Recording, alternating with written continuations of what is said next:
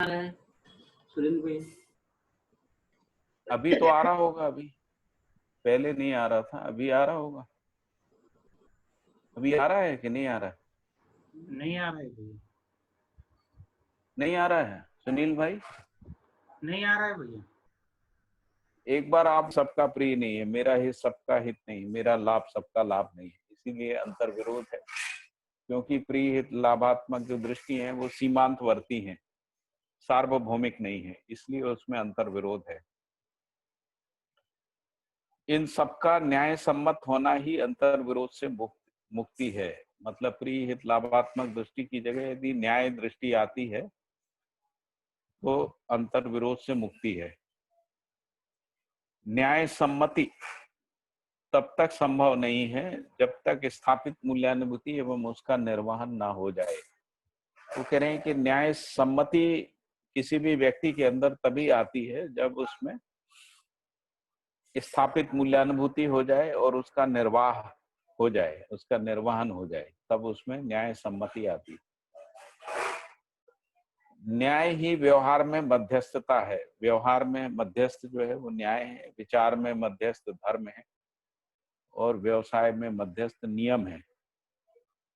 तो व्यवहार में मध्यस्थ न्याय है का मतलब है व्यवहार को नियंत्रित करने वाला, है ना, वो न्याय है। तो न्याय पूर्वक ही व्यवहार का नियंत्रण है। उस रूप में मध्यस्थता, क्योंकि जो मध्यस्थ क्रिया मध्यस्थ बल है वही जीवन क्रियाकलाप को नियंत्रित, संतुलित, संयमित करता है। तो उसी तरीके से जो न्याय है वो मानव के व्यवहार को, हर स्तर पर व्यवहार को जो है वो नियंत्रित करने वाला वही मध्यस्थ सत्ता के रूप में न्याय है ना। व्यवहार रूपी क्रिया में मध्यस्थ सत्ता के रूप में न्याय है। फिर आगे मध्यस्थता क्या है उसको, उसकी भूमिका को बता रहे हैं कि मध्यस्थता ही सम और विषम अर्थात समातिरेक और विषमातिरेक को संतुलित एवं आत्मसात करता है। सम विषम दोनों मध्यस्थता में आश्रित एवं संरक्षित हैं। यही सत्यता, मध्यस्थता एवं मध्यस्थ जीवन की प्रतिष्ठा है, महत्ता है और अपरिहार्यता को भी स्पष्ट करती है ना। यही सत्यता, मध्यस्थता एवं मध्यस्थ जीवन की प्रतिष्ठा, महत्ता एवं अपरिहार्यता को स्पष्ट करती है। व्यवहार में मध्यस्थता ही बहिर्विरोध अर्थात पांचों स्थितियों में विरोध का समन करती है। तो व्यवहार में मध्यस्थता यानी व्यवहार में न्याय, बहिर्विरोध, जो बहिर्विरोध को बताया कि जो पांचों स्थितियों के बीच में विरोध है उसको बहिर्विरोध बोल रहे हैं। और जो अंतर विरोध का मतलब है जो जीवन क्रियाओं में जो विरोध है और जो चारों आयाम में विरोध है उसको अंतर विरोध कह रहे हैं। तो व्यवहार में मध्यस्थता ही बहिर्विरोध यानी व्यक्ति, परिवार, समाज, राष्ट्र, अंतरराष्ट्र के विरोध का समन करती है। विचार में मध्यस्थता चारों आयाम में अंतर विरोध का उन्मूलन करती है। तो विचार में मध्यस्थता क्या है? तो धर्मपूर्ण विचार या समाधानात्मक विचार है ना। तो धर्मपूर्ण विचार या समाधानात्मक विचार या समाधान चारों आयाम के अंतर विरोध का उन्मूलन करती है। फिर कह रहे हैं कि जो अनुभव में मध्यस्थ जो है वो परमानंद है। तो अनुभव में मध्यस्थता परमानंद को उद्गमित करती है।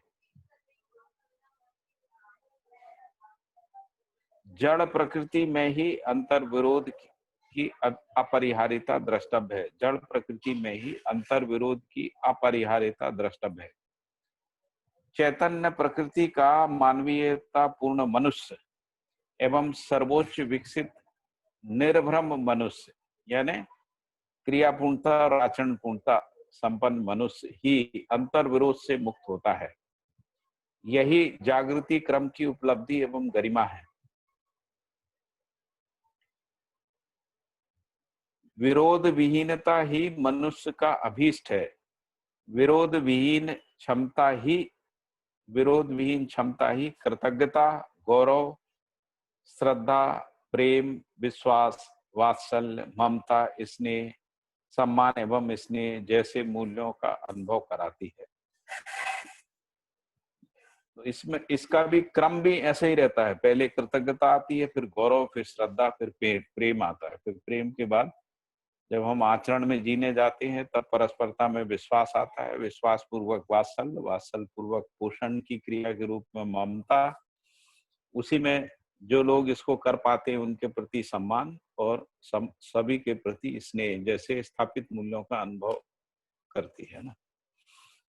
फलतः सौम्यता, सरलता, पूज्यता, अनन्यता, सौजन्यता, सहजता, आदर, सौहार्द एवं निष्ठा जैसे मूल्यों को अभिव्यक्त करती है। यही विश्वास का परिचायक है। ऐसे विश्वास को सर्वसुलभ बनाना ही शिक्षा एवं व्यवस्था का आद्यांत कार्यक्रम है। ठीक है, ये पैराग्राफ बिल्कुल मुझे लगता है स्पष्ट हो गया होगा सभी को। फिर भी इसमें कुछ अपन को चर्चा करना है तो कर सकते हैं, नहीं तो अगले अध्याय में जा सकते हैं।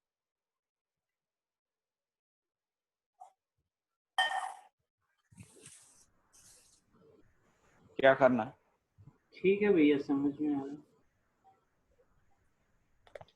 अजीत जी कुछ बोलने वाले?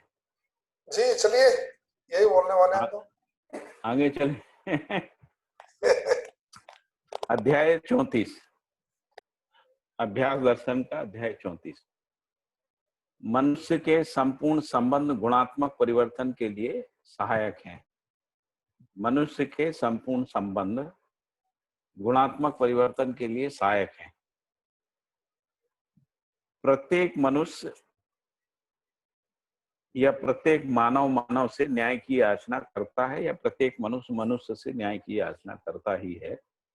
यही गुणात्मक परिवर्तन की तृषा एवं उसका द्योतक है।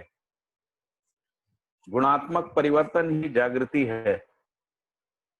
जागृति क्रम स्वयं में संतुलन, समाधान एवं नियंत्रण है, जो जीवन का अभीष्ट है। जागृति क्रम स्वयं में संतुलन, समाधान एवं नियंत्रण है, जो जीवन का अभीष्ट है। जागृति के क्रम में प्रत्येक मनुष्य सुख सहज अपेक्षा करता है। इसके मूल में सत्यता यही है कि प्रत्येक मनुष्य अधिकाधिक विकास की ओर प्रगतित होना चाहता है। यह साम्य आकांक्षा है। साथ ही मनुष्य मनुष्य के साथ व्यवहार करने के लिए बाध्य है। व्यवहार विहीन स्थिति में गुणात्मक परिवर्तन की संभावना नहीं है। मनुष्य में स्थापित मूल्यानुभूति पूर्वक ही गुणात्मक परिवर्तन होता है। मनुष्य में स्थापित मूल्यानुभूति पूर्वक ही गुणात्मक परिवर्तन होता है। इससे यह स्पष्ट होता है कि प्रत्येक संबंध में निहित मूल्य निर्वाह ही जागृति का तथा उसकी उपेक्षा ही ह्रास का प्रधान कारण होता है। मनुष्य में स्थापित मूल्यानुभूति पूर्वक गुणात्मक परिवर्तन होता है। इससे यह स्पष्ट होता है कि प्रत्येक संबंध में निहित मूल्य निर्वाह ही जागृति का तथा उसकी उपेक्षा ही ह्रास का प्रधान कारण है। प्रत्येक संबंध में परस्पर न्याय ही उपलब्धि है। प्रत्येक संबंध में परस्पर न्याय की उपलब्धि ही गुणात्मक परिवर्तन का आधार, प्रक्रिया एवं गति है। प्रत्येक संबंध में परस्पर न्याय की उपलब्धि ही गुणात्मक परिवर्तन का आधार है, गुणात्मक परिवर्तन की प्रक्रिया है एवं गति है।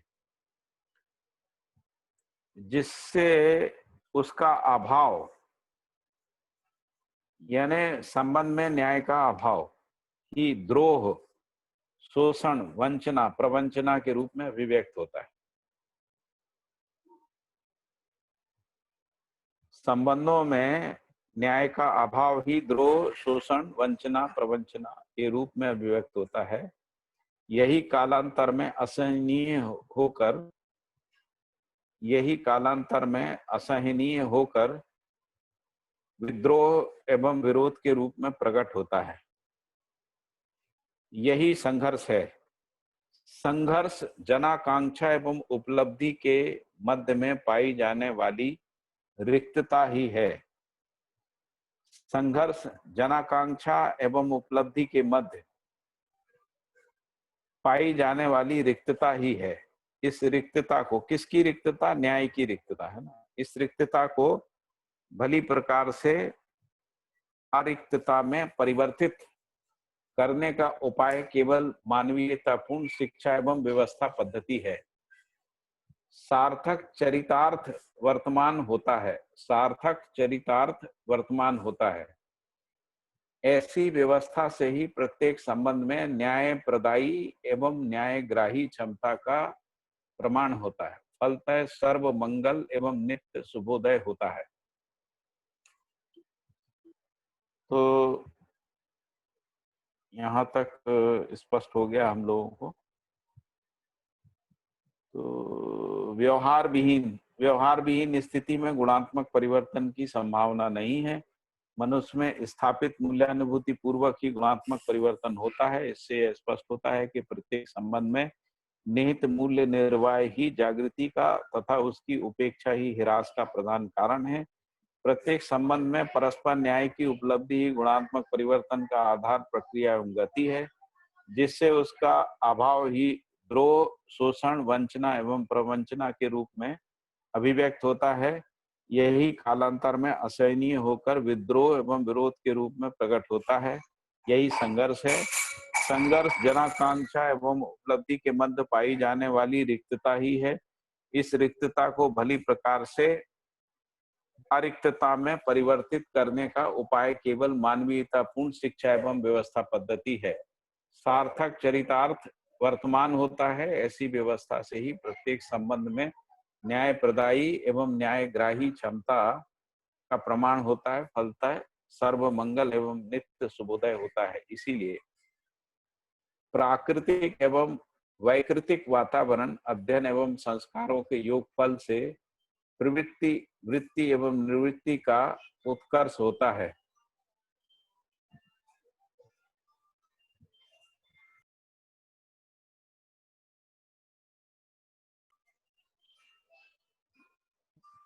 प्राकृतिक एवं वैकृतिक वातावरण, अध्ययन एवं संस्कारों के योगफल से प्रवृत्ति, वृत्ति और निवृत्ति का उत्कर्ष होता है। उत्थान की ओर गतिशीलता ही उत्कर्ष है। उत्थान मात्र जागृति है। उत्थान की ओर बाध्यता एवं अनिवार्यता, पतन की ओर भ्रम एवं विवशता होती है। प्राकृतिक एवं वैकृतिक वातावरण, अध्ययन एवं संस्कारों के योगफल से प्रवृत्ति, वृत्ति एवं निवृत्ति का उत्कर्ष होता है। उत्थान की ओर गतिशीलता ही उत्कर्ष है। उत्थान मात्र जागृति है। उत्थान की ओर बाध्यता एवं अनिवार्यता, पतन की ओर भ्रम एवं विवशता होती है। भ्रम अजागृति का द्योतक है। इसके विपरीत अधिक जागृत मानव ही कम जागृत के विकास में सहायक हो जाना ही सामाजिकता एवं सौजन्यता है।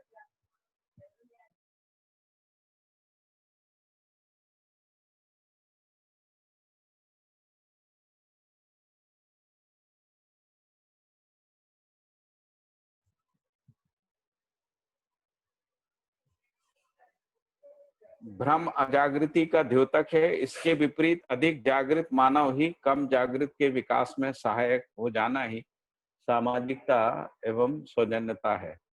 समाधान एवं अनुभूति क्षमता ही कम जागृत के जागृति में सहायक होने का धैर्य, साहस, विवेक व उदारतापूर्ण व्यवहार है। समाधान एवं अनुभूति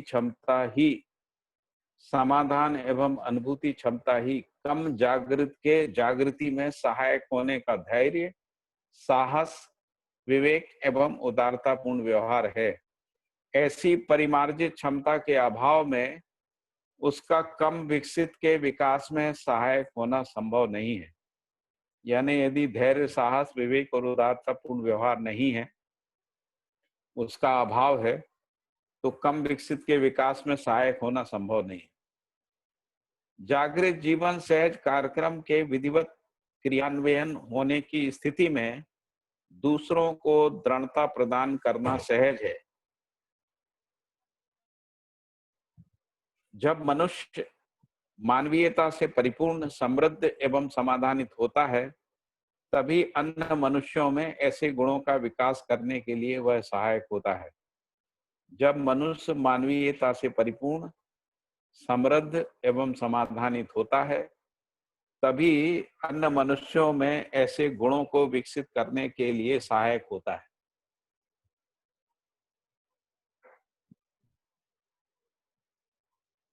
अमानवीयतापूर्ण मनुष्य कितना भी रूपवान, बलवान, धनवान एवं पदवान हो जाए, वह अजागृत के जागृति के लिए सहयोगी नहीं हो पाता है।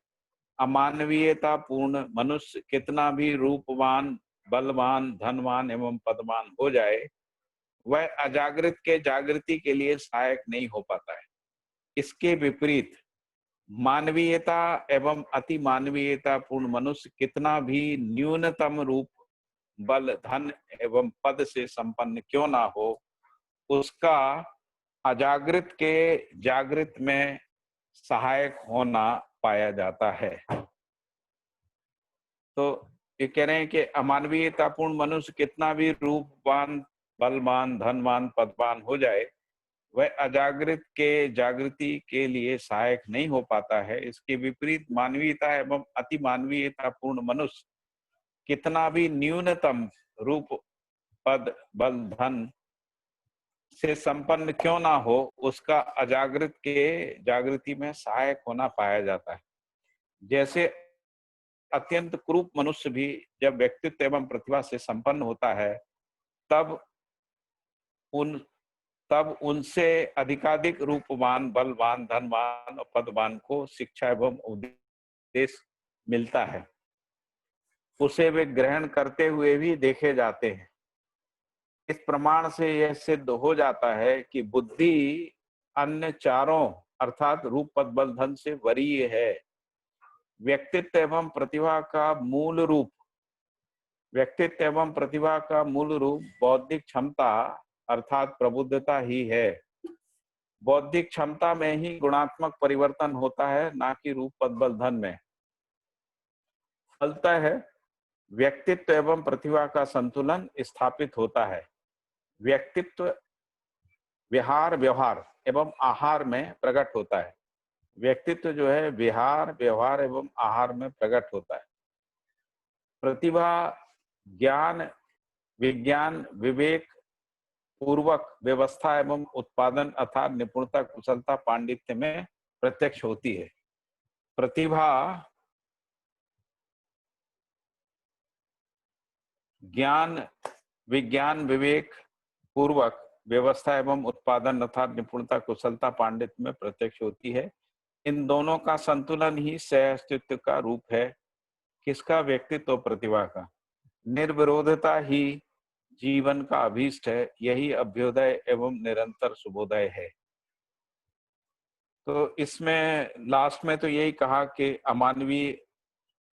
अमानवीयता से पूर्ण मनुष्य जो है कितना भी रूप, पद, बल, धन वान हो, लेकिन वो किसी की भी अजागृत व्यक्ति की जागृति में सहयोगी नहीं हो पाता है।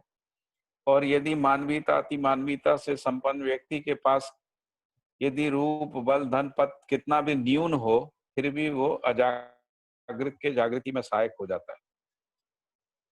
फिर इसका उन्होंने प्रमाण के रूप में बताया कि ऐसे व्यक्ति को लोग सुनते हैं, शिक्षा लेते हैं, उनसे उपदेश ग्रहण करते हुए देखा जाता है। तो इसी से ये निष्कर्ष निकला कि बुद्धि जो है चारों प्रकार के रूप, पद, बल, धन से वरीय चीज है ना, वास्तविकता है। फिर इसके बाद बोला कि प्रतिभा एवं व्यक्तित्व का मूल रूप जो है बौद्धिक क्षमता है। जो प्रतिभा और व्यक्तित्व है उसके मूल में कोई चीज है तो वो बौद्धिक क्षमता है, जो बुद्धि से संबंधित है ना, अर्थात प्रबुद्धता ही है। फिर कहा कि बौद्धिक क्षमता में ही गुणात्मक परिवर्तन होता है, ना कि रूप, पद, बल, धन में, है ना। फिर कहा कि फलतः जो ये गुणात्मक परिवर्तन होता है उसके कारण से व्यक्तित्व एवं प्रतिभा का संतुलन स्थापित होता है। व्यक्तित्व को बोला कि वो विहार, व्यवहार एवं आहार में प्रकट होता है, और प्रतिभा जो है ज्ञान, विवेक, विज्ञान पूर्वक जो है व्यवस्था एवं उत्पादन अर्थात निपुणता, कुशलता, पांडित्य में प्रत्यक्ष होती है। इन दोनों का संतुलन ही सहअस्तित्व का रूप है। निर्विरोधता ही जीवन का अभीष्ट है। यही अभ्युदय एवं निरंतर शुभोदय का उदय है। ठीक है, इसमें कुछ चर्चा करना।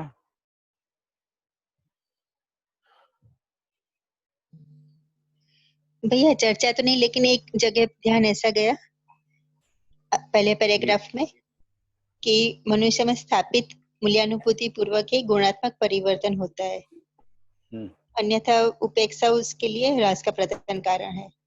तो अभी ऐसा लगता है कि जो लोग संन्यास लेते हैं किसी भी प्रकार की, किसी भी धर्म संप्रदाय में, चाहे वो दीक्षा हो कोई भी हो, तो वो अपने लिए ह्रास का कारण कर रहे हैं सब, ऐसा लगता है अब तो।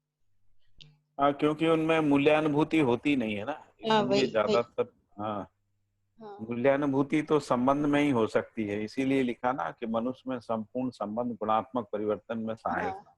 तो वो लोग तो अपने लिए संबंध विहीनता में, इसीलिए उनमें जो है ना ज्यादातर उपेक्षा, पलायन, तटस्थता, उदासीनता, ये चीजें दिखती हैं, है ना? या उनमें व्यक्तिवाद दिखता है, आत्म केंद्रीयता दिखती है, आत्म केंद्रित रहती है। यहाँ आत्म केंद्रित का मतलब जिसको हम लोग जीवन में आत्मा कह रहे हैं वो नहीं है। आत्म केंद्रित का मतलब जिसको सेल्फ सेंटर्ड बोलते हैं ना, सेल्फ में सेंटर्ड हो जाते हैं। तो ऐसे लोगों में ज्यादातर मौन रहने की प्रवृत्ति रहती है ना, और जो सांसारिक कार्यक्रम है उनके प्रति उदासीनता रहती है। यदि उदासीनता नहीं है तो तटस्थता रहती है, तटस्थता नहीं है तो उपेक्षा रहती है। और वो सन्यासी बनते ही पलायन के कारण से, जो सांसारिक संबंधों में जो दुख, तकलीफ, पीड़ा है, जो श्रम है, उससे पलायन करके ही वो सन्यासी होते। तो इसीलिए मतलब उनका जो मूल्यांकन करने में जो जागृति है वो सिद्ध प्रमाणित नहीं होती। है ना? तो जागृति के लिए चले जाते, लेकिन उल्टा मतलब उनके साथ तो अलग होता है। इसलिए ज्यादातर लोग मौन हो जाते हैं। अच्छा, इसके बाद यदि किसी में कुछ गुणात्मक परिवर्तन होता है तो उसका प्रमाण, जिसको अपन जागृति कह रहे हैं ना, वो तभी होता है जब वो अपनी शिष्य परंपरा के साथ संबंध निर्वाह करते।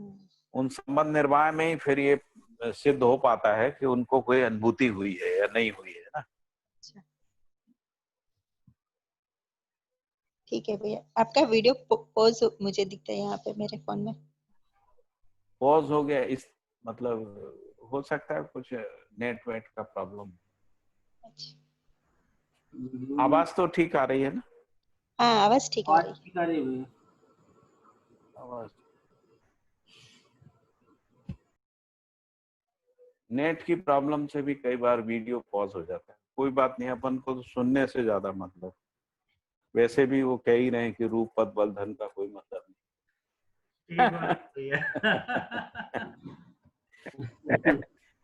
मूल बात तो बौद्धिकता को समझना है ना। लेकिन अभिव्यक्ति के लिए सामने वो फोटो से ज्यादा सुविधाजनक है। और ये बहुत अच्छा ध्यान दिलाया फाल्गुनी बहन ने। किसी को और कुछ बोलना है क्या इसमें, या अपन और आगे बढ़ सकते हैं? एक पूछना है।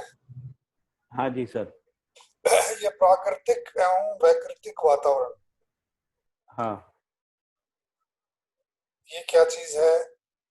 और वैकृतिक वातावरण को अपन शिक्षा व्यवस्था बोल रहे हैं। जो वैकृतिक वातावरण, प्राकृतिक वातावरण जो भी चारों अवस्थाओं की प्रकृति है उसको प्राकृतिक वातावरण। और वैकृतिक शिक्षा, शिक्षा और व्यवस्था, जिसको अपन सभ्यता, संस्कृति, विधि, व्यवस्था कह रहे हैं, ये सब वैकृतिक है। तो दो तो ये मूल रूप से शिक्षा और व्यवस्था है। दो तो ये वातावरण हो गए, एक अध्ययन हो गया, एक संस्कार हो गया। इन तीन चीजों के योगफल से प्रवृत्ति, वृत्ति और निवृत्ति का उत्कर्ष होता है। ये क्या चीज होती है? निवृत्ति का मतलब है जिसको अपन कह रहे हैं कि लोकेशना से मुक्ति हो जाना, जो ऐषणा त्रय है उससे मुक्त, हाँ, ऐषणा से मुक्त हो जाना, वो निवृत्ति है। वृत्ति का मतलब है जो ऐषणात्रय का जो व्यवहार है।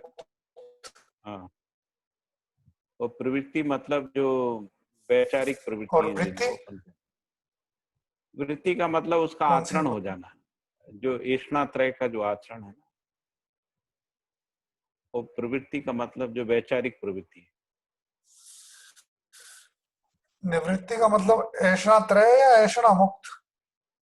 ऐषणा निवृत्ति का मतलब ऐषणात्रय से मुक्ति, जिसको अपन क्रिया पूर्णता के बाद आचरण पूर्णता करें।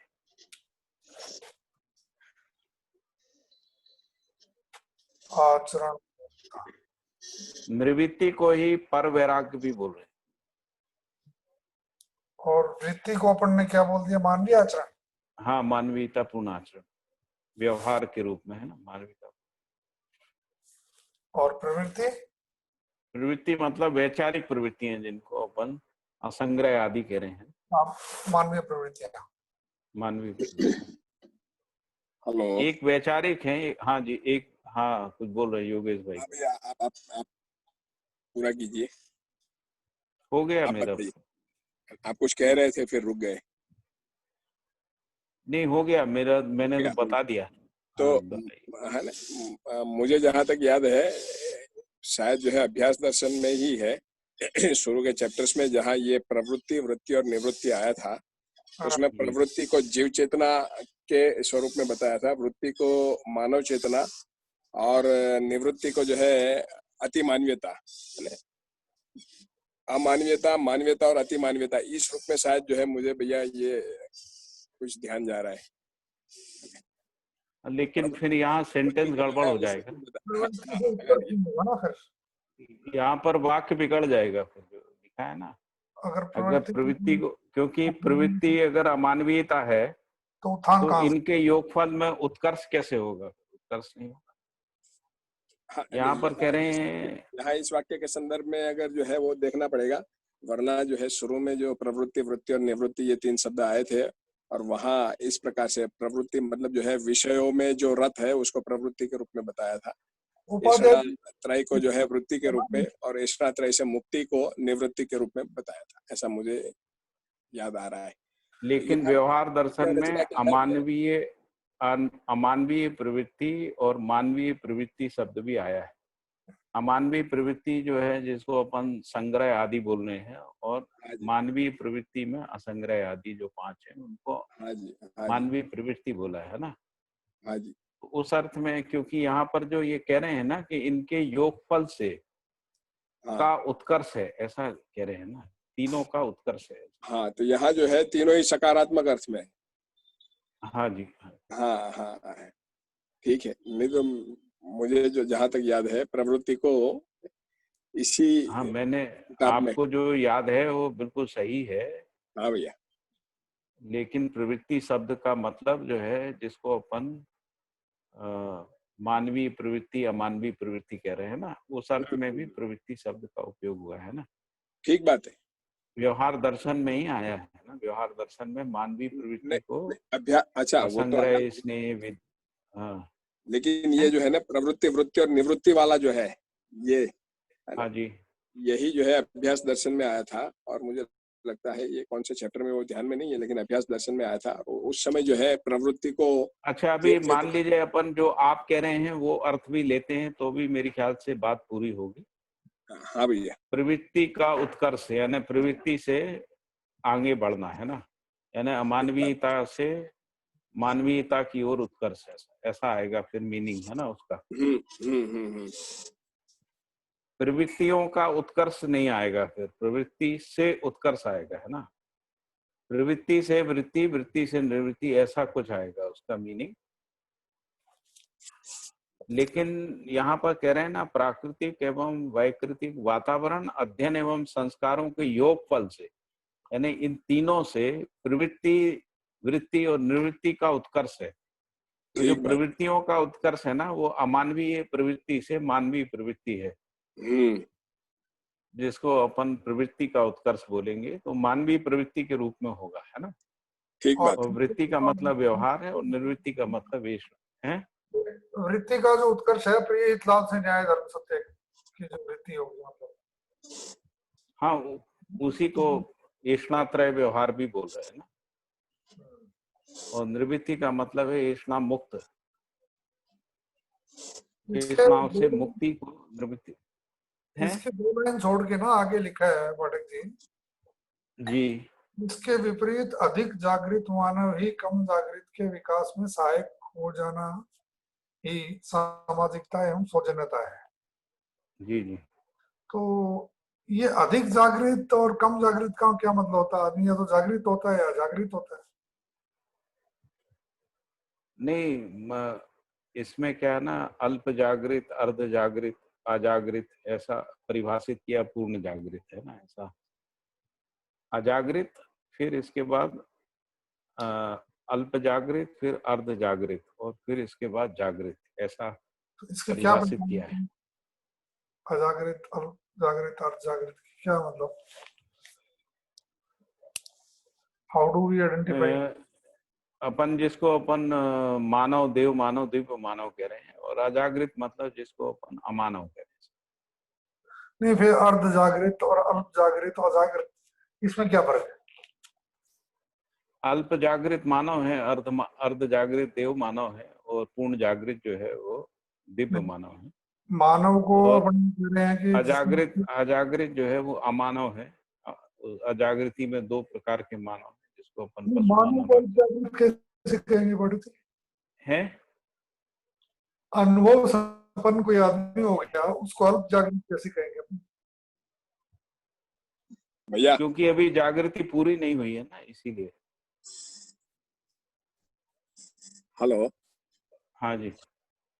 इसको भैया ऐसे देख सकते हैं, है ना, भास, आभास, प्रतीति, अनुभूति के स्तर पर भास पर जो है वो अजागृत है, आभास पर है वो अल्प जागृत है, प्रतीति पर है वो अर्ध जागृत है, और जो अनुभव पर है वो जागृत है। इसको इस रूप में भी देख सकते हैं। हाँ, ऐसा भी लिखा है ना उसमें, अपन ने पहले भी बात की थी, अनुभव दर्शन में ऐसा लिखा है कि ये भी जो है मानव को जागृति के ब्रह्म स्तर है। मानव को ब्रह्म आभास होता है। हाँ, देव मानव में ब्रह्म प्रतीति है, और दिव्य मानव में ब्रह्म अनुभूति, ऐसा भी लिखा है। बिल्कुल ठीक बात है, ये लिखा है। तो मानव को पटक डिग्री में रखें। है जी। अध्ययनशील जो मानव है, हाँ, उसको अध्ययनशील मानव जो है अभी अजागृत है, और यदि उसमें अध्ययन पूर्वक, जिसको अपन कह रहे हैं कि व्यापक वस्तु में से अस्तित्व का आभास हो जाता है, तब वो अल्प जागृत है। यदि उसको प्रतीति हो जाती है तो वो अर्ध जागृत है, और यदि अनुभूति हो जाती है पूर्ण जागृत है, ऐसा है।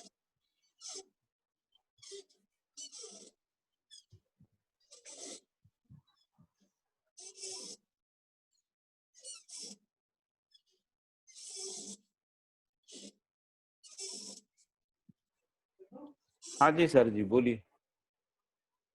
योगेश भाई, अजीत भाई। हाँ भैया, हो गया, चल सकते हैं आगे। हो गया ना? हाँ हाँ जी, बस कुछ भैया, और बोलना है? नहीं बस हो गया। हाँ, हो गया। अगला पढ़े अपन, फिर आगे बढ़ जाए भाई। हाँ भैया, अगर किसी को कुछ पूछना नहीं है तो आगे बढ़ सकते हैं। किसी को पूछना है? संदीप भाई, भास्कर भाई, सुशील जी, नहीं भैया, भाई। आगे कुशलता, निपुणता एवं पांडित्य ही ज्ञानावस्था की मूल पूंजी है।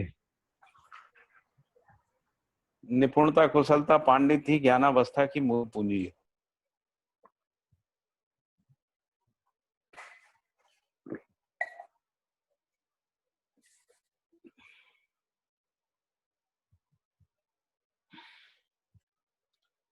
अध्याय 35 है ना, निपुणता, कुशलता, पांडित्य ही ज्ञानावस्था की मूल पूंजी है।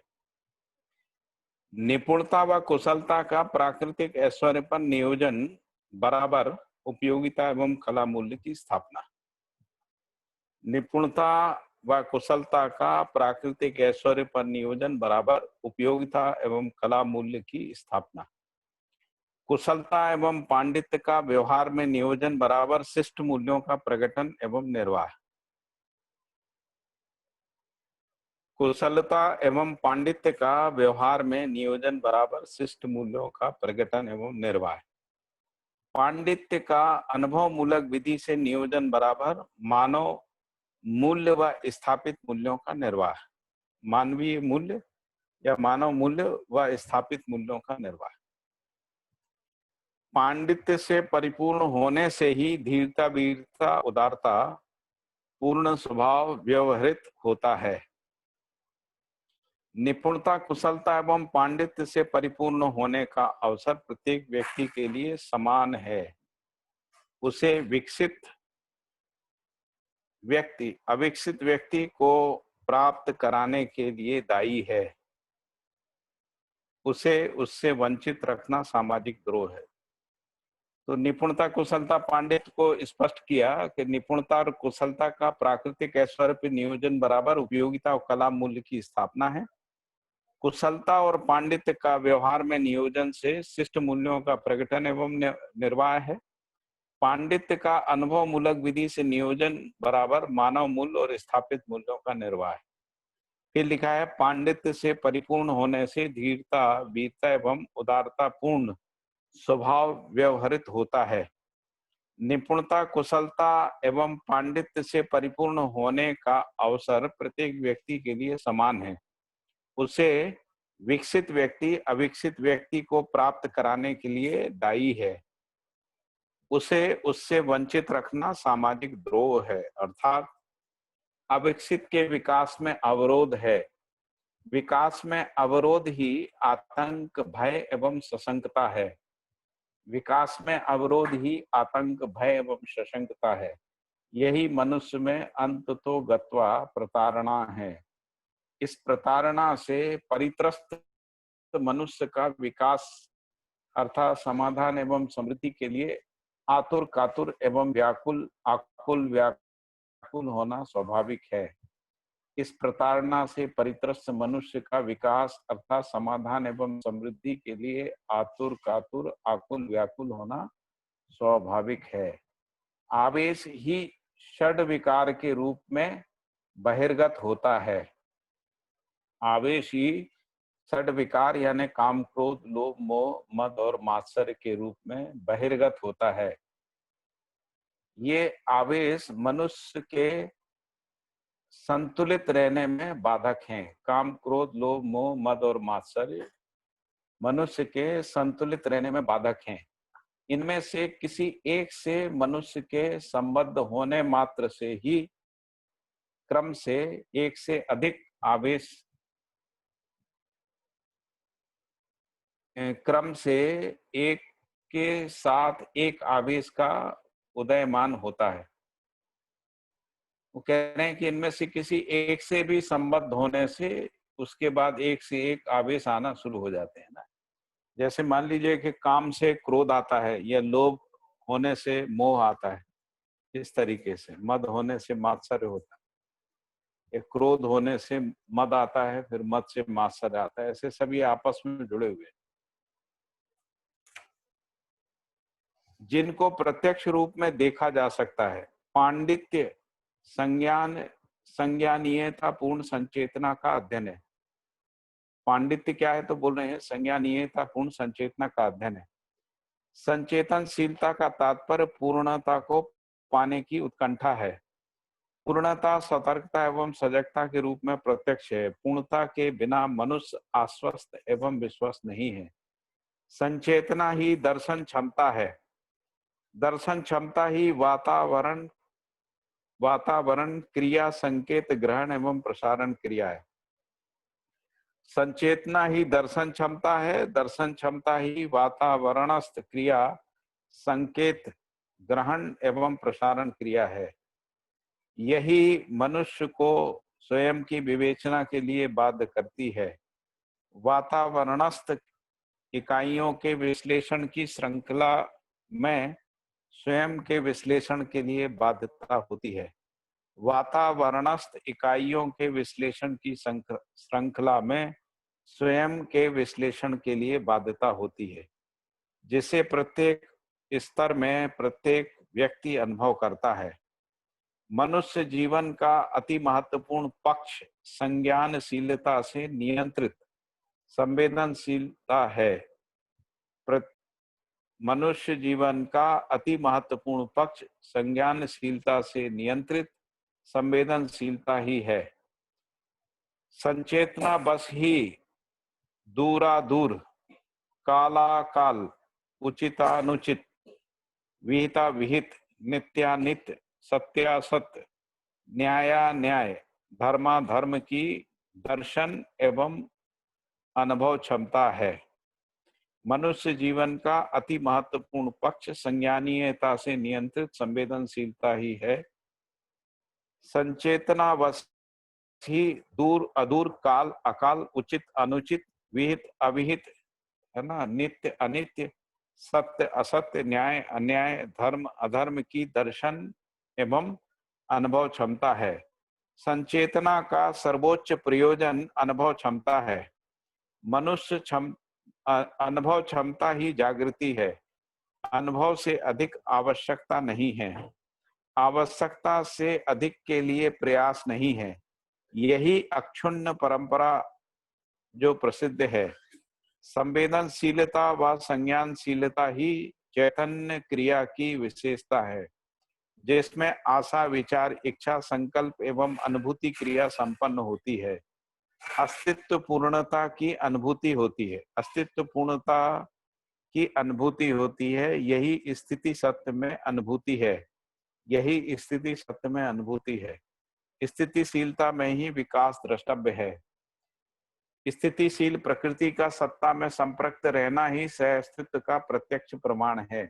व्यवसाय में नियम, व्यवहार में न्याय, विचार में धर्म एवं अनुभूति में सत्य है।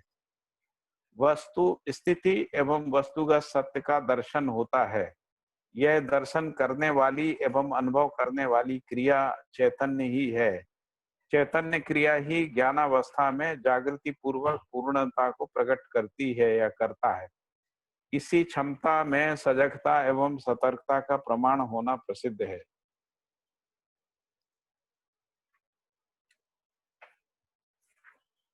तो इसमें मूल बात तो यही आई है कि निपुणता, कुशलता जो है वो उपयोगिता कला मूल्य के रूप में है, और कुशलता और पांडित्य जो है व्यवहार में शिष्ट मूल्य का प्रकटन और निर्वाह करता है। पांडित्य जो है उससे मानव मूल्य और स्थापित मूल्यों का निर्वाह होता है। पांडित्य से परिपूर्ण होने से ही धीरता, वीरता, उदारता का स्वभाव होता है ना। निपुणता, कुशलता, पांडित्य से परिपूर्ण होने का अवसर प्रत्येक व्यक्ति में समान है। फिर ये लिखा है कि विकसित व्यक्ति अविकसित को प्राप्त कराने के लिए दायी है। क्या प्राप्त कराने के लिए? निपुणता, कुशलता और पांडित्य। और यदि उससे कोई वंचित करता है वही सामाजिक द्रोह है, अर्थात अविकसित के विकास में अवरोध है। फिर ये कहा कि विकास में अवरोध ही भय, आतंक और सशंका है, और यही अंततोगत्वा प्रताड़ना है। प्रताड़ना से जो परित्रस्त मनुष्य का विकास, समाधान, समृद्धि के लिए आतुर कातुर व्याकुल होना पाया जाता है, होना स्वाभाविक है। फिर लिखा है कि आवेश ही षड्विकार के रूप में है, जो काम, क्रोध, लोभ, मोह, मद, मात्सर है। यह आवेश मनुष्य में संतुलित, आवेश मनुष्य के संतुलित रहने में बाधक है। इनमें से किसी एक से संबद्ध होने मात्र से क्रम से एक के साथ एक आवेश का उदयमान होता है, जिसको प्रत्यक्ष रूप में देखा जाता है। फिर लिखा है कि पांडित्य जो है वो संज्ञानीयता पूर्ण संचेतना का अध्ययन है। संचेतनशीलता का तात्पर्य पूर्णता को पाने की उत्कंठा है। पूर्णता जो है सतर्कता, सजगता के रूप में प्रत्यक्ष है। पूर्णता के बिना मनुष्य आश्वस्त और विश्वस्त नहीं है। संचेतना ही दर्शन क्षमता है। दर्शन क्षमता ही वातावरण, क्रिया, संकेत ग्रहण एवं प्रसारण प्रक्रिया है। यही मनुष्य को स्वयं की विवेचना के लिए बाध्य करती है। वातावरणस्थ इकाइयों के विश्लेषण की श्रृंखला में स्वयं के विश्लेषण की बाध्यता होती है। यानी वातावरण को यदि हमको विश्लेषित करना है तो स्वयं को विश्लेषित करना पड़ेगा, है ना, जिसे प्रत्येक स्तर में प्रत्येक व्यक्ति अनुभव करता है। मनुष्य जीवन का अति महत्वपूर्ण पक्ष संज्ञानशीलता से नियंत्रित संवेदनाएं हैं, जो शब्द, स्पर्श, रूप, रस, गंध के रूप में है। उनका नियंत्रण, यानी जिसको इंद्रिय नियंत्रण भी कहते हैं। इंद्रियिकता श्रृंगारिकता का जो नियंत्रण है वो संज्ञानशीलता पूर्वक होता है। फिर लिखा है कि संचेतना बस हमको क्या पता लगता है, तो दूरी अधूरी, दूर और अदूर, काल और अकाल, है ना, उचित अनुचित, विहित और अविहित, फिर नित्य और अनित्य, सत्य और असत्य, न्याय और अन्याय, धर्म और अधर्म का दर्शन ही अनुभव क्षमता है। ये लिखा है कि संचेतना का सर्वोच्च प्रयोजन अनुभव क्षमता है, अनुभव क्षमता ही जागृति है, अनुभव से अधिक आवश्यकता नहीं है, आवश्यकता से अधिक कोई प्रयास नहीं। यही अक्षुण्ण परंपरा है जो प्रसिद्ध है। फिर है कि संवेदनशीलता व संज्ञानशीलता ही चैतन्य क्रिया की विशेषता है, जिसमें आशा, विचार, इच्छा, संकल्प एवं अनुभूति क्रिया संपन्न होती है। अस्तित्व पूर्णता की अनुभूति होती है। यही स्थिति सत्य में, स्थिति सत्य यानी सह अस्तित्व में अनुभूति है। स्थिति सत्य को सह अस्तित्व कहते हैं, सह अस्तित्व में अनुभूति है। स्थितिशीलता में ही विकास क्रम द्रष्टव्य है। स्थितिशील प्रकृति का सत्ता में संपर्क रहना ही सह अस्तित्व प्रत्यक्ष प्रमाण है, सह अस्तित्व का प्रत्यक्ष प्रमाण है। फिर कह रहे हैं कि व्यवसाय में नियम, व्यवहार में न्याय, विचार में धर्म एवं अनुभूति में सत्य, है ना, यही सत्ता के रूप में है, इसी की अनुभूति होती है ना। वस्तु स्थिति एवं वस्तुगत सत्य का दर्शन होता है। रूप, गुण, स्वभाव, धर्म, देश, काल, दिशा, इसका दर्शन होता है, इसकी अनुभूति नहीं होती है ना। ये विश्लेषण विवेचना पूर्वक स्पष्ट होता है। यह दर्शन करने वाली या अनुभव करने वाली चैतन्य क्रिया ही है। चैतन्य प्रकृति ही ज्ञानावस्था में जागृति पूर्वक पूर्णता को प्रकट करता है। उसी क्षमता में सतर्कता, सजगता का प्रमाण होना प्रसिद्ध। ठीक है, इस पैराग्राफ में कुछ अपन को चर्चा करना।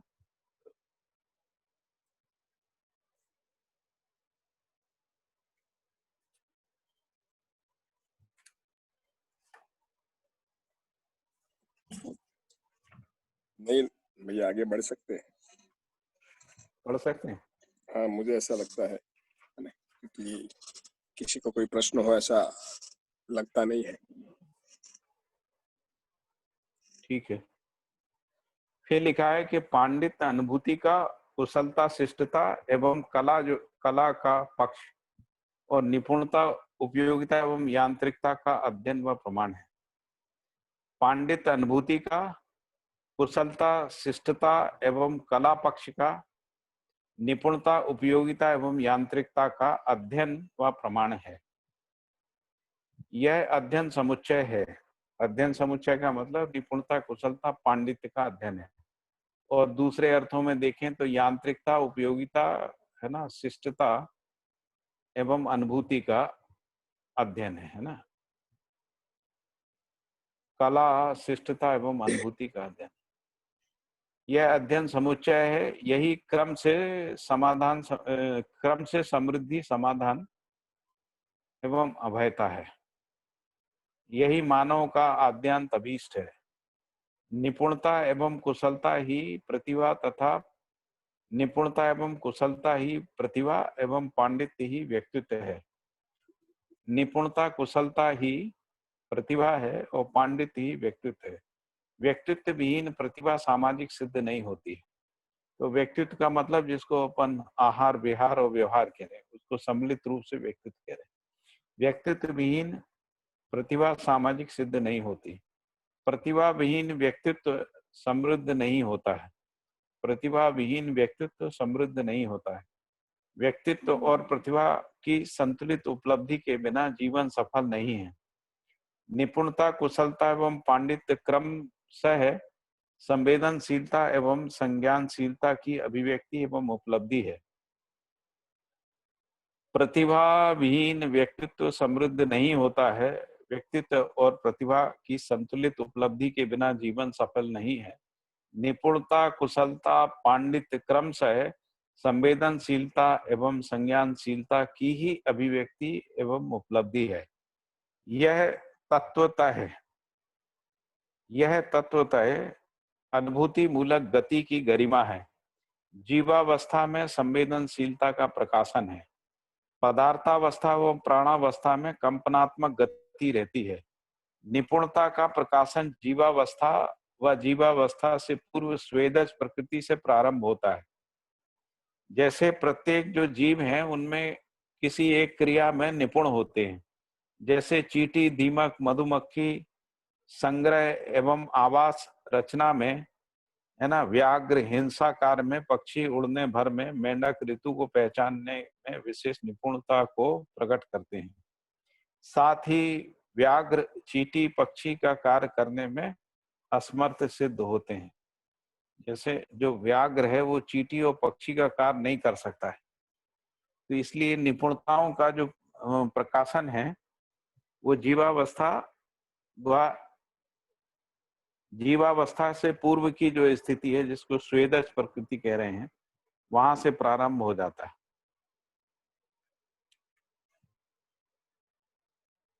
प्रत्येक जीव किसी एक क्रिया में निपुण होता ही है, जैसे चींटी, दीमक, मधुमक्खी संग्रह एवं आवास रचना में निपुण होते हैं। व्याघ्र जो है वो बाघ जिसको कहते हैं अपन, शेर, हिंसा कार्य में निपुण होता है। पक्षी जो है उड़ने, उड़ान भरने में, और मेंढक ऋतु को पहचानने में विशेष निपुणता को प्रकट करते हैं। साथ ही जो व्याघ्र हैं वो चींटी और पक्षी का कार्य करने में असमर्थ सिद्ध हुआ है। इस सत्यता से यह स्पष्ट हो जाता है कि आवश्यकता के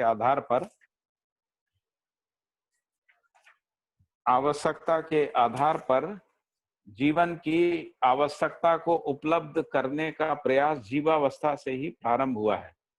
निपुणता का प्रारूप इसी अवस्था में प्रत्यक्ष हुआ है। इस प्रकार प्रत्येक जीव किसी न किसी क्रिया में निपुणता को प्रकट करता रहता है, जबकि मनुष्य अनेक क्रियाओं में निपुण होने का अधिकारी है और होता है। मनुष्य में निपुणता की अभिव्यक्ति उपयोगिता मूल्य को स्थापित करने में स्पष्ट हुई है। इस क्रम से प्रकृति के विकास एवं जागृति क्रम में पाई जाने वाली उपलब्धि है। परंपरा ही इतिहास को स्पष्ट करती है। परंपरा रूपी इतिहास में विश्वास होना स्वाभाविक है। परंपरा रूपी इतिहास में विश्वास होना स्वाभाविक है। जैसे यथार्थता, वास्तविकता, सत्यता से उद्घाटन जागृति को जागृति के रूप में पहचाना जाता है। परंपरा ही इतिहास को स्पष्ट करती है। परंपरा रूपी इतिहास में विश्वास होना स्वाभाविक है। जैसे यथार्थता, वास्तविकता, सत्यता, सहज उद्घाटन जागृति को जागृति के रूप में पहचाना जाता है, पीढ़ी से पीढ़ी स्वीकार होती है। दूसरा, हर पीढ़ी में जागृति स्वीकृत होता है।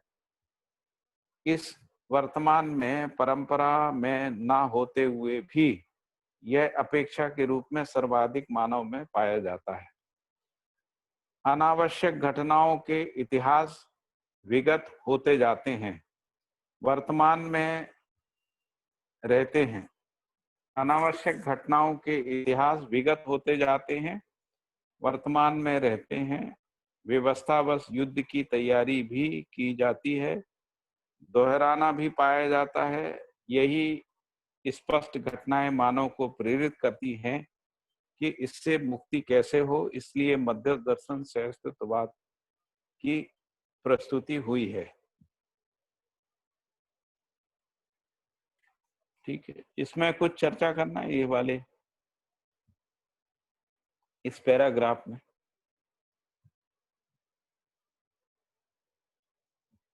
संदीप भाई,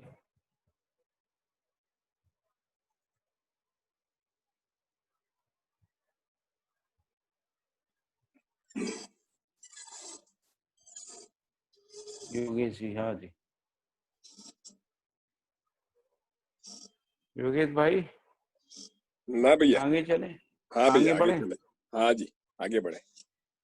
फिर लिखा है कि पदार्थावस्था में रूप प्रधान परंपरा है, प्राणावस्था में गुण प्रधान परंपरा है, जीवावस्था में स्वभाव प्रधान परंपरा और ज्ञानावस्था में धर्म प्रधान परंपरा प्रसिद्ध है।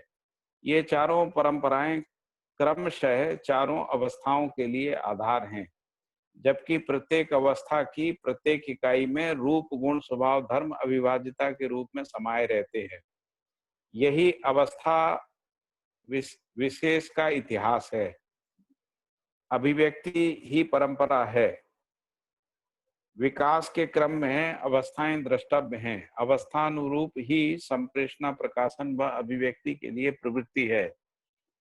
इन प्रवृत्तियों का प्रकटन सह अस्तित्व सहज वातावरण है। अवस्थानुरूपीय प्रकाशन इकाइयों में स्वीकृत होती है, फलतः प्रकाशन होता है। इसी क्रम में परंपरा एवं इतिहास की श्रृंखला होती है। मनुष्येतर तीनों अवस्थाओं की सृष्टि में पारंपरिक वैविध्यता नहीं है, जबकि मनुष्य का अनेक परंपरा में होना उसकी वैविध्यता को स्पष्ट करता है। प्रकृति की इस ऐतिहासिक स्थिति से ज्ञात होता है कि मनुष्येतर सभी सृष्टि अपनी परंपरा से विचलित नहीं है, साथ ही मनुष्य को विचलित पाया जा रहा है। इसका साक्ष्य अनेक परंपरा, वर्ग, संघर्ष, युद्ध है। यह युद्ध में तत्परता है।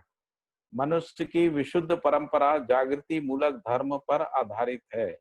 मनुष्य की विशुद्ध परंपरा जागृति मूलक धर्म पर आधारित है। ज्ञानावस्था का धर्म केवल सुख है। इसी की 4 स्थितियां हैं जिनको सुख, शांति, संतोष, आनंद के रूप में वर्णित है। मानव धर्म एक और समाधान अनेक हैं। प्रत्येक समाधान का तर्क और ऊहा पर आधारित होना पाया जाता है। ऊहा का तात्पर्य कल्पना से है। मानव धर्म एक है, समाधान अनेक हैं। प्रत्येक समाधान का तर्क और ऊहा पर आधारित होना पाया जाता है। तो समाधान का जो आधार है वो तर्क और कल्पनाशीलता है ना। ऊहा का तात्पर्य कल्पना से है। तर्क का प्रतितर्क, ऊहा की प्रत्यूहा, प्रतिकल्पना।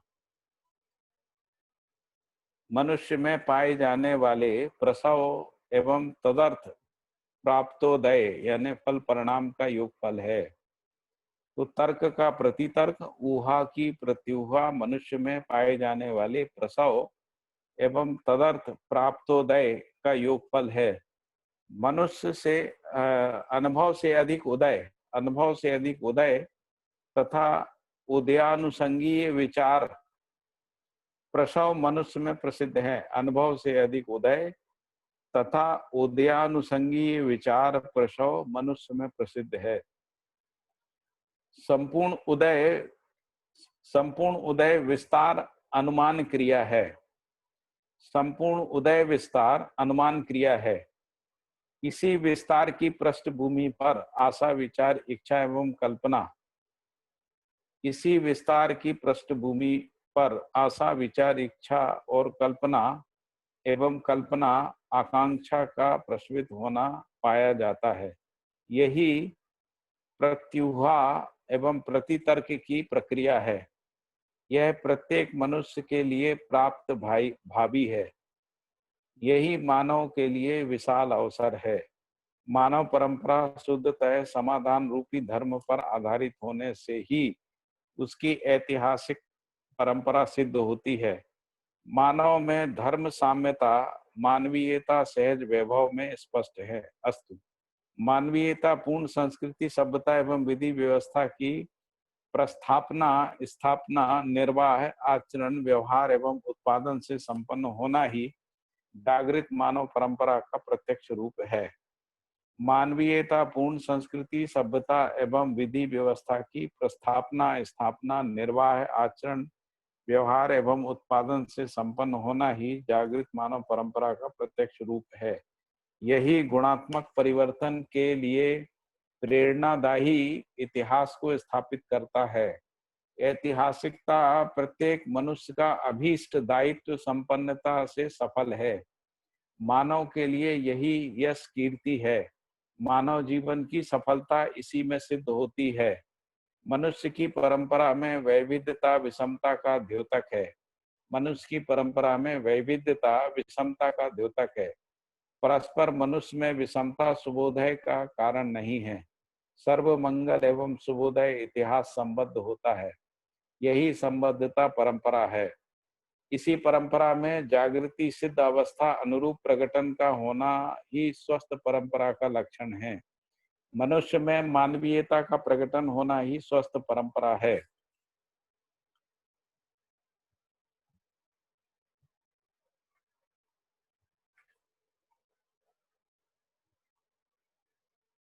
फिर है विशुद्ध जागृत मानव परंपरा वास्तविकताओं का अनुसरण अनुगमन एवं अनुसंधान है।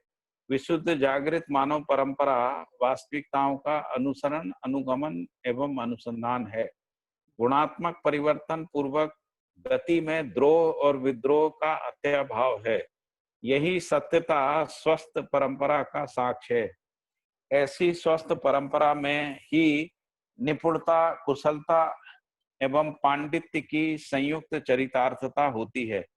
निपुणता एवं कुशलता के संयुक्त योगफल में उपयोगिता एवं कला मूल्य सिद्ध होता है। निपुणता, कुशलता, पांडित्य की संयुक्त चरितार्थता में भौतिक समृद्धि एवं बौद्धिक समाधान सर्वसुलभ होता है। यही मानव इतिहास की स्थापना एवं अक्षुण्णता है। निपुणता एवं कुशलता ही तकनीकी शिक्षा के रूप में उपलब्ध है। संपूर्ण तकनीकी शिक्षा मनुष्य के आकांक्षा द्वय संबंधी उपयोगिता को प्राकृतिक ऐश्वर्य पर श्रम नियोजन स्थापित करने के लिए सहज सुलभ उपाय, क्रिया, प्रक्रिया, पद्धति, प्रणाली है जिसे मनुष्य कर्तव्यगत करता है। संपूर्ण तकनीकी शिक्षा मनुष्य के आकांक्षा द्वय संबंधी उपयोगिता को प्राकृतिक ऐश्वर्य पर श्रम नियोजन स्थापित करने के लिए सहज सुलभ उपाय, क्रिया, प्रक्रिया, प्रणाली, पद्धति एवं प्रणाली है जिसे मनुष्य कर्तव्यगत करता है। इसकी आद्यांत उपलब्धि अर्थात तकनीकी शिक्षा की उपलब्धि उपयोगिता एवं कला ही है। मनुष्य शुद्धतः संवेदनशील होते हुए यांत्रिक साधनों से संपन्न होना चाहता है। संवेदनशीलता में गुणात्मक परिवर्तन की क्रम श्रृंखला में यांत्रिक तत्व साधन सिद्ध होते हैं। संवेदनशीलता में गुणात्मक परिवर्तन की क्रम श्रृंखला में यांत्रिक तत्व साधन सिद्ध होते हैं। इसी सत्यता व संवेदनशीलता एवं यांत्रिकता के संदर्भ में मनुष्य अध्ययन करने के लिए बाध्य है। अध्ययन तब तक भावी है जब तक अज्ञात एवं अप्राप्ति स्थिति रहती है। यांत्रिकता का अध्ययन निपुणता एवं कुशलता की सीमा में सीमित है। जिसको अपन इंजीनियरिंग टेक्नोलॉजी कह रहे हैं ना, वो उसकी बात हो रही है कि वो जो है निपुणता कुशलता की सीमा में सीमित है। जबकि संवेदनशीलता का अध्ययन जो है वो पांडित्य, कुशलता एवं निपुणता समुच्चय में से के लिए है। संज्ञानीयता पूर्वक संवेदनाओं का उद्गमन अनुभव में से के लिए है। सुख मानव धर्म में से के लिए है। मूल्य सुख में से के लिए है। मानव धर्म मानवीय परंपरा में से के लिए है। मानवीय परंपरा क्रिया पूर्णता एवं आचरण पूर्णता में से के लिए है। पूर्णता की निरंतरता में से के लिए है। पूर्णता त्रय की निरंतरता ही जागृति का वैभव है। सत्ता में समाहित प्रकृति का वैभव सह अस्तित्व का प्रत्यक्ष रूप है।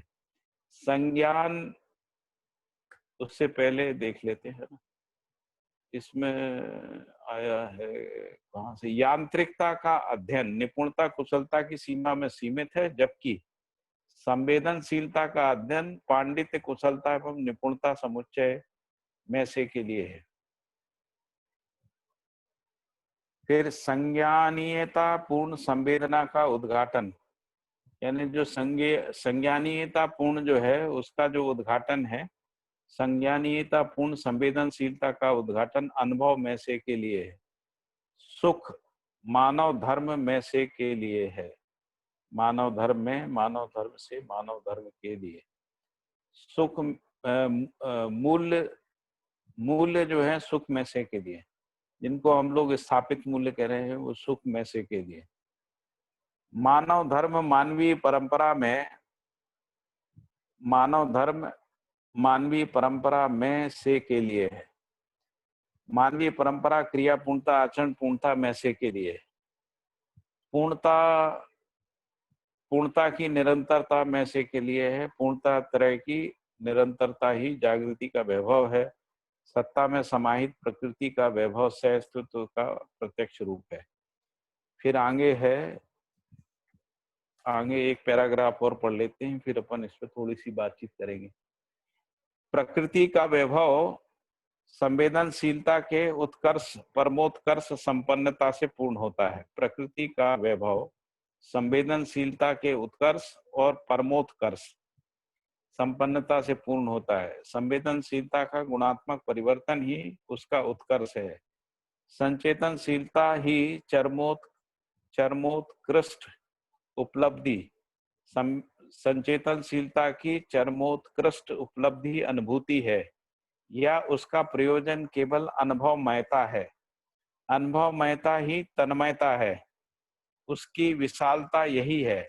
यही सतर्कता एवं सजगता से संपन्न होती है। पूर्णानुभूति ही पूर्ण विशालता है। पूर्णानुभूति ही पूर्ण विशालता है, यही परमानंद है, जिसके लिए ज्ञानावस्था की प्रत्येक इकाई प्यासी है। यही जीवन की अक्षुण्णता है। ऐसे जीवन के लिए अनादिकाल से प्रयास हुआ है। इसकी सफलता मानव की मानवीयता से परिपूर्ण होने से है। इसका साक्ष्य व्यवहार में व्यक्तित्व एवं प्रतिभा के संतुलित उदय से है। यह उदय शिक्षा व्यवस्था से संपन्न होती। प्रकृति का वैभव संवेदनशीलता के उत्कर्ष एवं परमोत्कर्ष संपन्नता से पूर्ण होता है। संवेदनशीलता का गुणात्मक परिवर्तन ही उसका उत्कर्ष है। संवेदनशीलता की चरमोत्कृष्ट उपलब्धि अनुभूति है, या उसका प्रयोजन केवल अनुभवमयता है। अनुभवमयता ही तन्मयता है, उसकी विशालता यही है, और यही सतर्कता एवं सजगता से संपन्न होती है। पूर्णानुभूति ही पूर्ण विशालता है, यही परमानंद है, जिसके लिए ज्ञानावस्था की प्रत्येक इकाई प्यासी है। यही जीवन की अक्षुण्णता है। ऐसे जीवन के लिए अनादिकाल से प्रयास हुआ है। इसकी सफलता मानव की मानवीयता से परिपूर्ण होने से है। इसका साक्ष्य व्यवहार में व्यक्तित्व एवं प्रतिभा के संतुलित उदय से है। यह उदय शिक्षा एवं व्यवस्था से संपन्न होता है। तो ये अध्याय पूरा हो गया। इसमें कुछ चर्चा करना है तो कर लेते हैं। भैया, हाँ जी।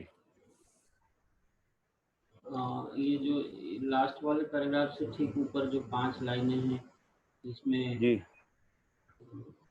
संवेदनशीलता सहित संज्ञानशीलता के अर्थ में अध्ययन, पांडित्य, कुशलता एवं निपुणता समुच्चय में से के लिए है।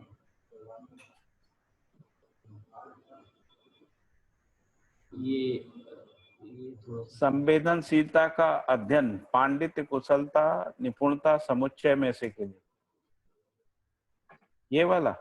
हाँ, मेरी किताब में लिखा है संवेदनशीलता सहित संज्ञानशीलता लिखा है। एक तो वहाँ शीलता शायद लॉ के बदले यौ लिखा हुआ है, या कोई नया शब्द है। संज्ञानशीलता लिखा, क्या लिखा? हाँ, संज्ञानशील, और लॉ की जगह यौ लिखा हुआ है उसमें। हाँ, वो कुछ गलती हो गई, प्रिंटिंग मिस्टेक हो सकता है। तो फिर भी ये लाइन थोड़ी समझनी है कि संवेदनशीलता सहित संज्ञानशीलता के अर्थ में अध्ययन, पांडित्य, कुशलता एवं निपुणता समुच्चय में से के लिए। इसको थोड़ा सा और समझा। इसमें क्या, ये तो स्पष्ट है ना कि कुल अध्ययन तो इतना ही है ना, निपुणता, कुशलता, पांडित्य। और निपुणता, कुशलता, पांडित्य पूर्वक ही तो संवेदनशीलता से क्या संज्ञानशीलता होती है। संज्ञानशीलता ही अनुभव है। संज्ञानशीलता संवेदनशीलता सहित संज्ञानशीलता। हाँ, मतलब संज्ञानशीलता पूर्वक संवेदनाएं नियंत्रित रह जाती हैं, तो इसलिए संवेदनशीलता तो रहती ही है। ऐसा नहीं होता है संवेदनशीलता से, वो लिखा ही है ना, इससे पहले अपन ने पढ़ा था।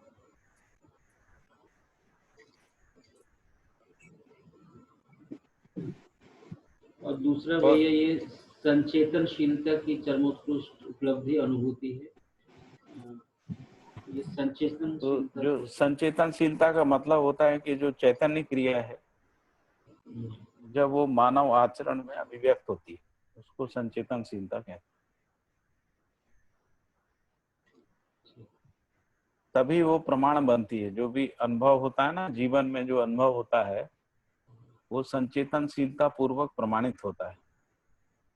तो जो व्यक्ति संचेतनशीलता, तो पूरी जो संचेतनशीलता है जिसको अपन 122 आचरण कह रहे हैं, उसका जो मूल प्रयोजन है वो अनुभव ही है।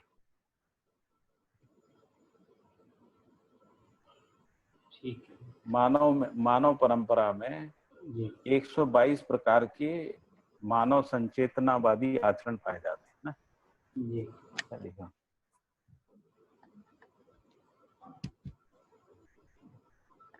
तो जो जिसको संचेतना का परिभाषा है जानने, मानने, पहचानने और निर्वाह करने के रूप में प्रमाणित होती है, जिसको अपन संचेतना कहते हैं।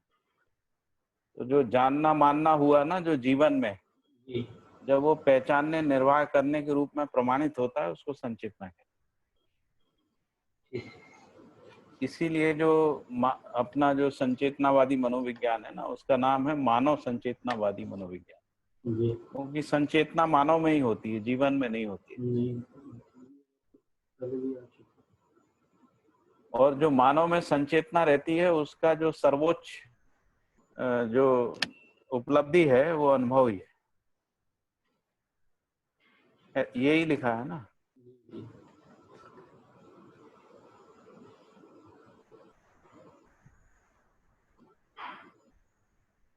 ये जो है ना संचेतनशीलता की चरमोत्कृष्ट उपलब्धि अनुभूति है, यह अनुभवमयता है।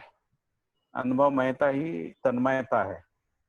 अनुभवमयता का जो प्रमाण है वही तो अखंड समाज सार्वभौम व्यवस्था है। तन्मयता शब्द जो है भैया वो क्या तन्मय हो जाना जो सामान्य अर्थ में होता है तल्लीन होने से, ऐसा है?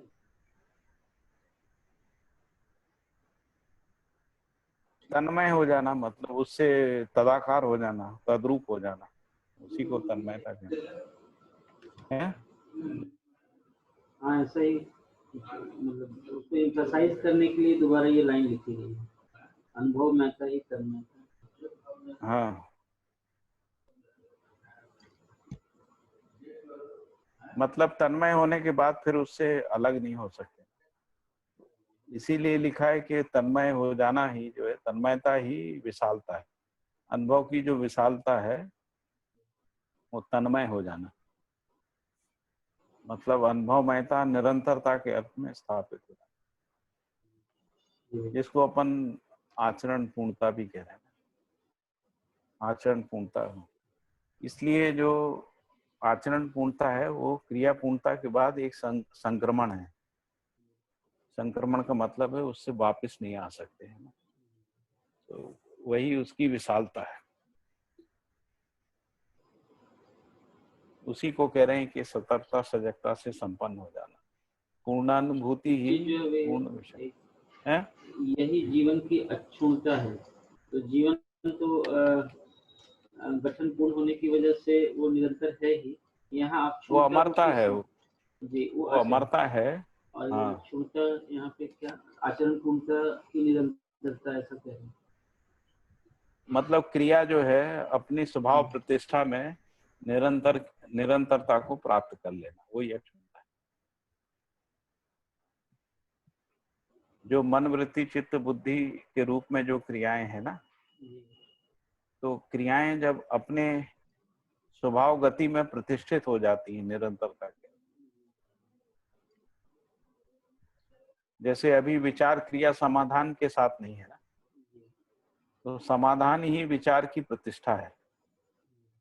जैसे व्यवहार क्रिया की जो प्रतिष्ठा है वो न्याय है, ऐसे।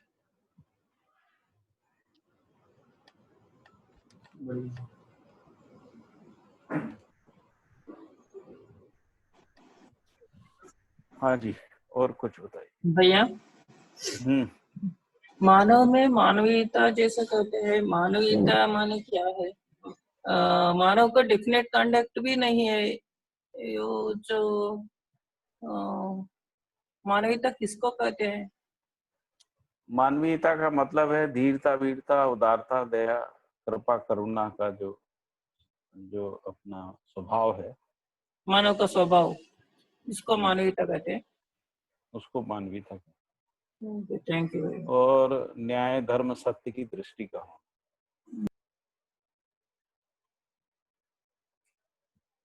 न्याय धर्म सत्य की दृष्टि, धीरता वीरता उदारता का स्वभाव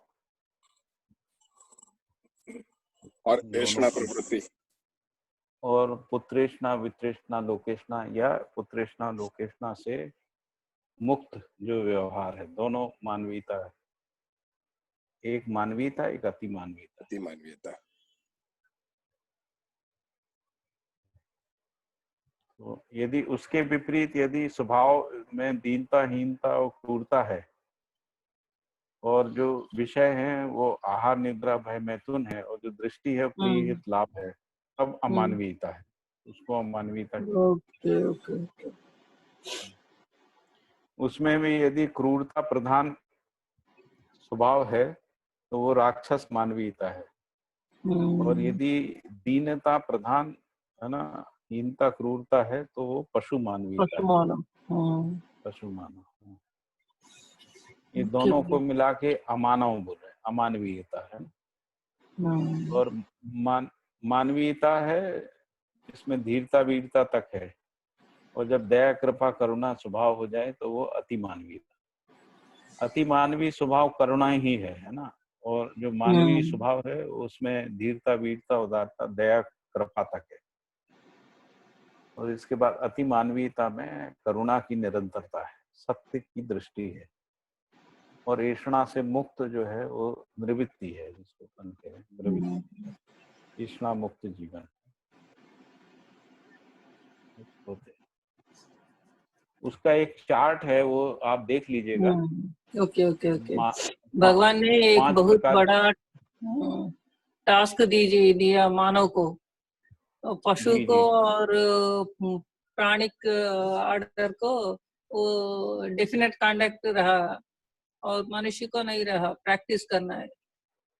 बहुत बड़ा टास्क दिया हमको। हाँ हाँ। सब मानव एक जैसा नहीं लगते।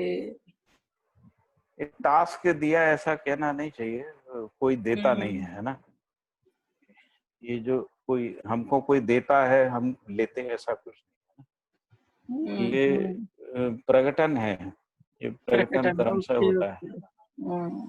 तो जो जीवावस्था में है वो जीवावस्था में अपने स्वभाव गति में रहते हुए भी उनमें पूर्णता नहीं है ना। पूर्णता होती तो वहीं अटक जाते, अपूर्णता तो रहती, इसीलिए उनमें विकास, अग्रिम विकास जो है वो होता है। जैसे जीव चेतना का जो जीवन है ना, तो वो जो जीवन है वहां से मानव में आता है ना। और उसी तरीके से जो जीव शरीर में रासायनिक क्रिया है, वो रासायनिक क्रिया भी विकसित होकर मानव शरीर रचना के रूप में विकसित होती है। मानव शरीर में उन्नत मेधस के रूप में विकास होता है, और जो जीवन होता है उसमें जीव चेतना से मानव चेतना में ना होता है। तो जीव चेतना में दो स्थितियां हैं, एक जीव चेतना में जीव शरीर में है, और एक जीव चेतना में मानव शरीर। तो जब जो मानव शरीर है ना वो जीव चेतना के लिए नहीं है, इसलिए जीवन में, हाँ, इसीलिए जीवन में जागृति के कारण से ज्यादा पीड़ा दबाव रहता है ना। और जीव में नहीं रहता है क्योंकि उसका शरीर उसके अनुकूल नहीं है। जागृति को है ना प्रमाणित करने के अर्थ में उसका शरीर रचना नहीं है, इसलिए उसमें केवल आशा का प्रकटन होगा। मानव में आशा से अधिक जो है विचार और इच्छाओं का प्रकटन होता है। और जागृत मानव में आशा विचार इच्छा दितंबरा प्रामाणिकता का प्रकटन प्रकाशन होता है। तो इस तरीके से बढ़ता जाता है। अंततो गत्वा अनुभव पूर्णता में तृप्त होता है, या अनुभवमयता कहें, अनुभव पूर्णता कहें, या अनुभूति कहें, उसी में तृप्ति होती। और वही प्यास है आदमी को, वही प्यास है। उसी के लिए आदमी ये सब करता है, पढ़ाई लिखाई साधना है ना, सब जो भी मानव का संपूर्ण क्रियाकलाप जो है उसी के अर्थ में ही होता है।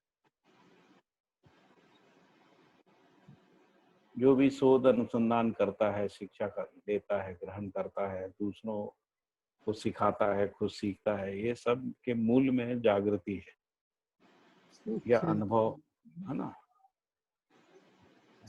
फिर वो प्रीहित लाभ, इसके मूल में क्या है? क्यों प्रीहित लाभ इसलिए होता है क्योंकि प्रीहित लाभ इंद्रियों से जुड़ा हुआ है। जो प्रीहित लाभ है ना वो शरीर मूलक दृष्टियां हैं। तो जब जीवन स्वयं को शरीर मानता है तब वो प्रीहित लाभात्मक दृष्टियों से, ठीक है। ठीक है भैया, बहुत अच्छा तो लगा। आप वो चार्ट देख लीजिएगा, ओके, हम देखूंगा। वो चार्ट शेयर कर देंगे, ठीक है। हरिहर, फिर मिलते हैं कल, है ना। थैंक यू भैया। हाँ हरिहर जी। हरिहर भी। ठीक है जी, हरिहर, नमस्ते। हाँ योगेश भाई चलेंगे क्या? हाँ भैया। मैंने कहा कि कल अपना संडे है ना। हाँ जी। कल आओगे क्या आप? कल आओगे? कल आऊं? आइए ना, थोड़ा सा